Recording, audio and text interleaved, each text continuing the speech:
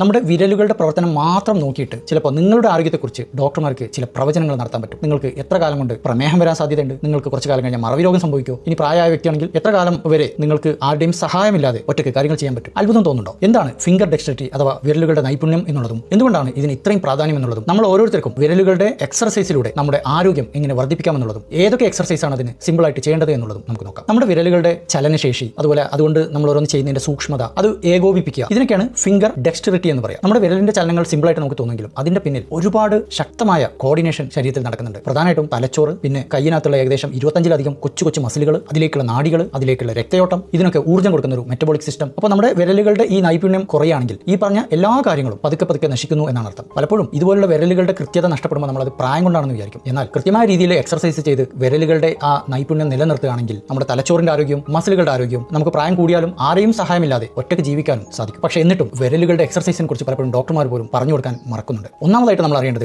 വിരലുകളും തലച്ചോറും തമ്മിലുള്ള ബന്ധമാണ്. നമ്മുടെ തലച്ചോറിലെ വലിയൊരു ഭാഗം ഈ കൊച്ചു വിരലുകളുടെ പ്രവർത്തനത്തിനായിട്ട് മാറ്റി വെച്ചിട്ടുണ്ട്. നേരെ മറിച്ച് മറ്റ് വലിയ വലിയ അവയവങ്ങൾക്ക് പോലും തലച്ചോറിൽ കുറച്ച് സ്പേസേ ആവശ്യമുള്ളൂ. വിരലുകൾ ചെയ്യുന്ന പ്രവൃത്തികൾ വളരെ കൃത്യത ആവശ്യമുള്ളതായതുകൊണ്ടാണ് തലച്ചോറ് ഇതിനായിട്ട് ഒരുപാട് സ്ഥലം മാറ്റി വെച്ചിരിക്കുന്നത്. അതുകൊണ്ട് തന്നെ വിരലിന്റെ എക്സർസൈസ് നമ്മൾ ചെയ്യുമ്പോൾ തലച്ചോറിന് അത് നല്ലൊരു വർക്കൗട്ടാണ്. ബ്രെയിൻ സ്ട്രോങ് ആയിട്ട് വരികയാണ്. അതുകൊണ്ട് തന്നെ വിരലുകളുടെ നൈപുണ്യം നഷ്ടപ്പെടുമ്പോൾ മറവി രോഗത്തിനുള്ള സാധ്യത കൂടി വരികയാണ്. രണ്ടാമത്തത് വിരലുകളും കാർഡിയോവാസ്കുലർ സിസ്റ്റവും തമ്മിലുള്ള ബന്ധം എന്താണ്? വിരലുകളുടെ മാംസപേശികളുടെ ഫലം എന്ന് പറയുന്നത് ശരീരത്തിലെ മൊത്തം മാംസപേശികളുടെ ആരോഗ്യവുമായി ബന്ധപ്പെട്ട് കിടക്കുകയാണ്. വിരലുകളുടെ മസിലുകൾക്ക് ഒരുപാട് രക്തയോട്ടം ആവശ്യമാണ്. അതുകൊണ്ട് തന്നെ വിരലുകളുടെ മസിലുകൾ സ്ട്രോങ് ആണെങ്കിൽ അതിനർത്ഥം നമ്മുടെ ശരീരത്തിലെ രക്തയോട്ടം വളരെ പവർഫുൾ ആണ് എന്നുള്ളതാണ്. മാത്രമല്ല നമ്മുടെ ഗ്രിപ്പ് ഒക്കെ ഭയങ്കര സ്ട്രോങ് ആണെങ്കിൽ, അതുപോലെ വിരലുകൾ നല്ല സൂക്ഷ്മതയുള്ളതാണെങ്കിൽ അത് നല്ല ഇൻസുലിൻ സെൻസിറ്റിവിറ്റിയുടെ ഒരു അടയാളമാണ്. മൂന്നാമത്തത് നമ്മുടെ വിരലുകളുടെ ആ ഒരു കൃത്യതയും നൈപുണ്യവും നഷ്ടപ്പെടുകയാണെങ്കിൽ അതിനർത്ഥം വളരെ വൈകാതെ നമുക്ക് നമ്മുടെ സ്വന്തം കാര്യങ്ങൾ ഒറ്റയ്ക്ക് ചെയ്യാനുള്ള കഴിവ് നഷ്ടപ്പെടുന്നതാണ്. ഉടുപ്പിന്റെ ബട്ടൺ ഇടാൻ പറ്റില്ല, ചെറിയ സാധനങ്ങൾ എടുക്കാൻ പറ്റില്ല, കയ്യിൽ നിന്ന് സാധനങ്ങൾ വീണ് പോകുന്നു, എഴുതുമ്പോൾ അത് ശരിയാവുന്നില്ല, മൊബൈൽ ഫോണിൽ ടൈപ്പ് ചെയ്യാൻ പറ്റില്ല, പാത്രങ്ങളുടെ മൂടി തുറക്കാൻ ബുദ്ധിമുട്ടാണ്. ഇങ്ങനെ വരുമ്പോൾ നമുക്ക് വേറെ ആളുകളെ ആശ്രയിക്കേണ്ടി വരികയാണ്. ഏറ്റവും വലിയ പ്രശ്നം എന്താ വെച്ചാൽ ഇങ്ങനെ സംഭവിക്കുന്ന ആളുകളിൽ വീഴാനുള്ള പ്രവണത കൂടി വരും. പ്രായമേറിയ ആളുകളിൽ ഇങ്ങനെ വീണ് കഴിഞ്ഞാൽ പെട്ടെന്ന് തന്നെ എല്ല് പൊട്ടുന്ന മരണം വരെ സംഭവിക്കാം. ഇനി എന്താണ് വിരലുകൾക്കായിട്ട് നമ്മൾ ചെയ്യേണ്ട എക്സർസൈസുകൾ? ഒന്നാമത്തത് ഏറ്റവും ബേസിക് ആയിട്ടുള്ള എക്സർസൈസ് ആണ്. അതിനായിട്ട് നമ്മൾ നമ്മുടെ തള്ളവിരൽ കൊണ്ട് മറ്റു ഓരോ വിരലുകളും 2 സെക്കൻഡ് നേരത്തേക്ക് തൊടുകയും പ്രസ് ചെയ്ത് പിടിക്കുകയും ചെയ്യുക. അത് ഓരോ വിരലായിട്ട് ചെയ്യണം. ആദ്യം ചൂണ്ടുവിരൽ, പിന്നെ നടുവിരൽ, പിന്നെ